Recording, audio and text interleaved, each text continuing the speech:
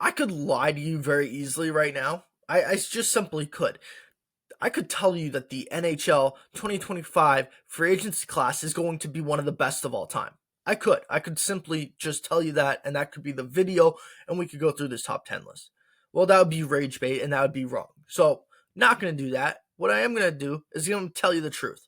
I'm going to tell you the truth, and that is that the 2025 NHL free agency class is decent at best. It is simply just decent because outside of probably or not probably the biggest free agent since Temi Panarin back in 2019 going to the New York Rangers in Mitch Marner this season, there isn't much. And yes, you can say Sam Bennett, Aaron Ekblad, Nikolai Ehlers, and John Tavares. Yes, those are some good players. But when we go and compare this free agency class to other free agency classes like 2024, it just simply does not match up in terms of the depth, how many star guys there were, how many middle medium depth players you could add. It just simply is not going to be like that for teams, and it's going to be tough pickings, to be honest, and it's going to be tough to upgrade your team in free agency if you don't get one of those five guys. Now, I do have a strong prediction about the 2025 free agency class that some people might agree with, some people might not. But here it is. In a couple of years, a lot of NHL teams are going to look back on the 2025 free agency class and are going to say, what the hell were we thinking when we signed X player to X amount of dollars? Because we have to remember the salary cap is going up, so teams have more money to spend this summer. Yes, does anyone remember the last time that happened? 2016. What was the result? Milan Lucic got a $6 million AAV contract from the Calgary Flames. Kyle Opozo got a $6 million AAV contract from the Buffalo Sabres. And David Backes got a $6 million AAV contract from the Boston Bruins. The list went on and on of bad contracts that year. It just simply was not great, okay? And so when we look back on this in a couple of years, I have a feeling a lot of NHL GMs are going to have the same feeling because of the cap going up to $95 million and feeling like they can spend a lot of money. And also, we talked about one thing already, the supply and the demand. There isn't that much. So when they think about it, they're going to have to raise the prices on the good players anyway. So yes, when we look back in this in like 3 to 4 years, it is not going to be pretty. I can guarantee you that. Okay, outside of that though, let's get into the top 10 list of the UFAs for this upcoming year in NHL free agency. Welcome back to another video. I'm Justin Ehrenberg at Justin Sports, and if you like hockey content, you're going to like what you see here, so like, subscribe, leave a comment, and if you don't do so already, follow me on Instagram, X, and TikTok. All those are in the description or in the bio of my YouTube. That'd be greatly appreciated. And if you like hockey content, I guarantee you that you're going to like what you see over there. But let's jump into this list very simply. At number 10, we have none other than Brock Nelson of currently the Colorado Avalanche, but I don't think he's going to resign there. But anyway, that's here near there. That's another video for another day. He had 56 points in 80 games this year. Really productive season, 26 goals. But listen, the thing is with Brock Nelson, he's 33, turning 34 this upcoming year. And he's not that, it's not that he's not good, because he's good. He should be a second line center on like a competing team. But the thing is, he's not the fastest player in the world, and he's only getting older. And it's like he's 33, about to hit 34 in October. Do I see him progressing or getting any better at this point? No. I just see him degressing and just, not putting up the same numbers that he has over the last 5 to 6 years, where he's looked really solid, putting up 50 points a season with the New York Islanders. But outside of that, that's number 10. Let's move on, because this is a longer list, so we have to power through it. Moving on to number 9, we have Vladislav Gavrikov of the Los Angeles Kings. when he was traded there at the deadline a couple seasons ago from the Columbus Blue Jackets, everyone thought this was a massive pickup. And yes, it was a really good pickup, and it turned out to be even better because the more he got comfortable in Los Angeles, the better he got. And yes, this was his best season, in my opinion. But that's some people will say, listen, he had 33 points with the Columbus Blue Jackets back in 2021-22, so that's his best season. I really don't think so. But listen, at the end of the day, he just simply is not the best defenseman on the free agency board for me, but he definitely is in the top 10. And yeah, he's 29, turning 30 this upcoming year, so I could see him getting a longer term deal, like a 6-year deal. But moving on to number 8 now, we have Mikael Granlund, currently of the Dallas Stars. I could see him re-signing there if they have enough money if they want to, sign him. He'll probably have to take a discount, to be honest, to stay with Dallas. But if he wants to, he definitely could do so. He has been productive over the last couple of seasons, and I mean, credit to him.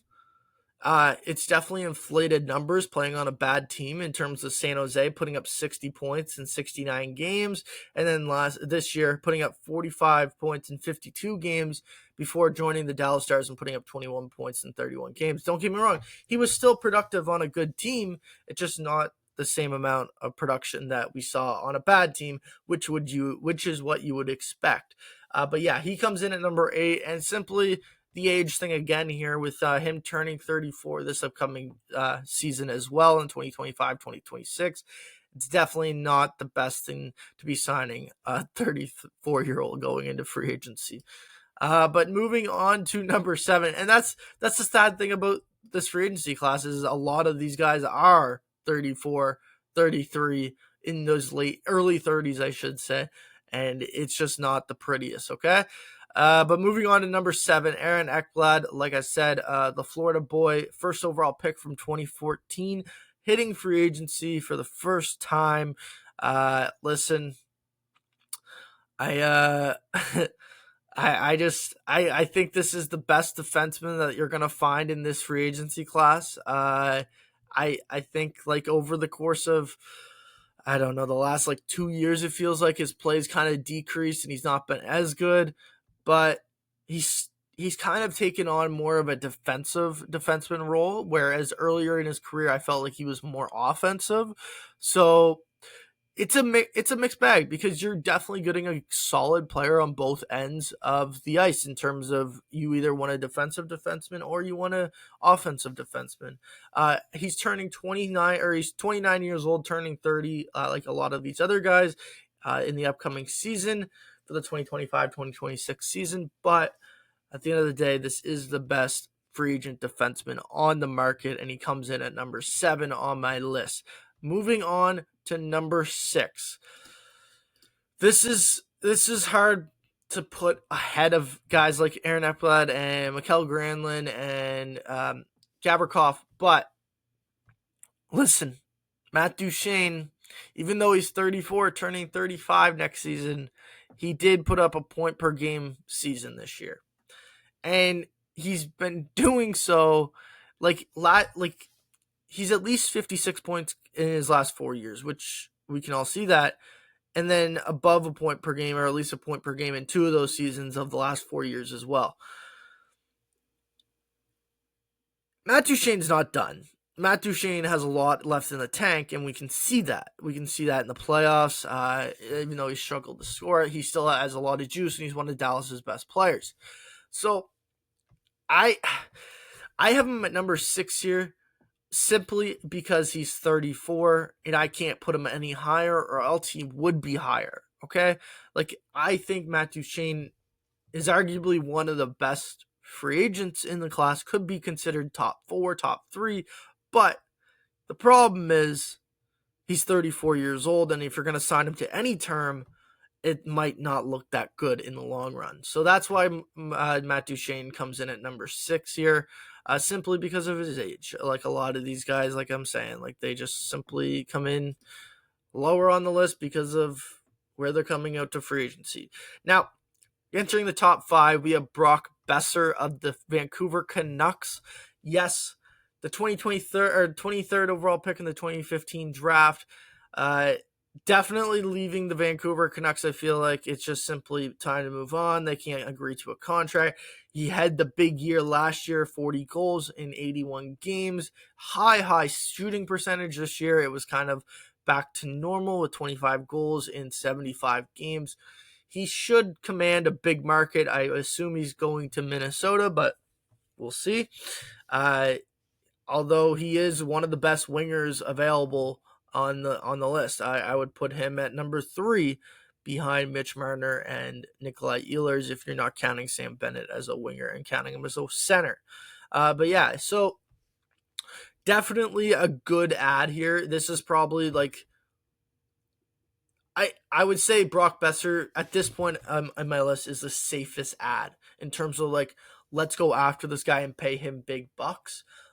Simply because he's only 28, he's turning 29, and we can see that he's had a 40-goal season in him in the NHL, and at least the floor seems to be 20 goals at the bare minimum for him. But moving into the top 4, we now have Nikolai Ehlers. We have Nikolai Ehlers coming in at number 4. The guy that I thought the Winnipeg Jets should have traded earlier on in the season because I didn't think he was going to sign. Turns out he probably is not going to sign. So now the Winnipeg Jets might lose Nikolai Ehlers for nothing. Listen, he's a 20 goal scorer, 25 goal scorer in the NHL. That seems to be the consistency with him. He's a 60-point guy on good, if not like high 40s, low 50s at the bare minimum, it seems like. He's better than Brock Besser. He's more consistent than Brock Besser, and you know what you're getting out of his game. That's why I think he is ranked just ahead of Brock Besser in terms of the free agents on this list. At 29 years old, he turns 30 going into next season. He should command a big market as well. Moving on to number 3, though, on the list, John Tavares. Okay, I talked about age being a big factor in this list. He's 34, turning 35. Yes, he is that. But listen, every single year you know what you're getting out of John Tavares. And Matt Duchene, like I said, we see the points come, but he's also had a couple of down years. So we don't know for sure what you're going to get out of Matt Duchene every single year.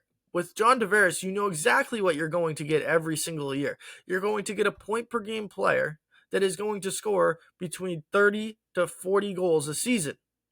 Yes, he's getting older. He's 34. But he might have had his best season since since his first season with the Toronto Maple Leafs this past year. And so coming off of that, going into free agency, he does look good. He looks very strong, and I don't know if he actually is going to hit free agency because he might take a hometown discount, stay with the Toronto Maple Leafs, but we'll see. He definitely is a top 3 free agent, though, for this upcoming summer. Moving into the top 2, obviously, I think the top 2 is pretty obvious here, but we'll go through it anyway. Sam Bennett, former 4th overall pick from the 2014 draft, 28 years old. The points aren't going to fly off the page for you, but if you haven't checked out my video on why he's about to get paid, you should definitely do so. But even though the points are going to pop off the page, it's the physicality and it's the fact that he knows how to win in the playoffs. And it's the style of play that he plays. Like, it's very on the line, very edgy. If he's on your team, you love him. If he's not on your team, you hate him type of player. And listen, he's very physical, like I said, throws the body around, and he's added the ability to score to his game. Like, last 3 seasons, he's at least hit 20 goals 3 times, which is very impressive. He is coming off his career best 51 points. Like I said, he's not the points type of guy that you might hope for. But listen, at the same time, Sam Bennett is definitely the second best player in this free agency class, and it's not even a question. He's 28 years old, turning 29 before the end of the year, so he will be turning 30 at the end of next season. But yeah, so very, very interesting number 2 here, because I could see him getting anywhere between, I don't know, $8 to $10 million is where I feel like the price range is going to go. I did see a report that one team's willing to offer him $10 million AAV right now. So it's going to be interesting to see where the Sam Bennett sweepstakes go. But moving on to number one, if it's not obvious, if it's not the most obvious one, I don't know what to tell you. It's Mitch Marner, as you can see, the 4th overall pick from the 2015 draft, turning 28 years old, turning 29 next season. He'll be signing a 7-year deal. It's simple as that. He's a well over a point per game player. I don't have to tell you that. He's the best winger available. He's about to become the highest paid winger in the NHL. Might even become the highest paid player in the NHL. Just had a 100-point season, 27 goals, 75 assists, arguably a top 5, top 3 playmaker in the NHL. And for all the crap that he got about his playoff game, he did average a point per game in the playoffs for the second time back in 2013 or 20. Oh my gosh, 2023. He did have 14 points in 11 games as well. Yes, he can't beat the playoff demons, but when you go sign a player in free agency, you're trying to get to the playoffs as the first step, right? So signing Mitch Marner increases your odds of doing that for definite sure. And listen, the Toronto Maple Leafs might be hurting without him, because how do you just replace a 100-point player in the NHL? You just simply don't. But yeah, so Mitch Marner comes in at number 1 on my top 10 free agency list. It's a long list, I get that. But if you made it to the end of the video, I appreciate it. I appreciate you sticking around. And if you want to see more hockey content, like, subscribe, leave a comment. And like I said, have a wonderful day. I'll see you tomorrow.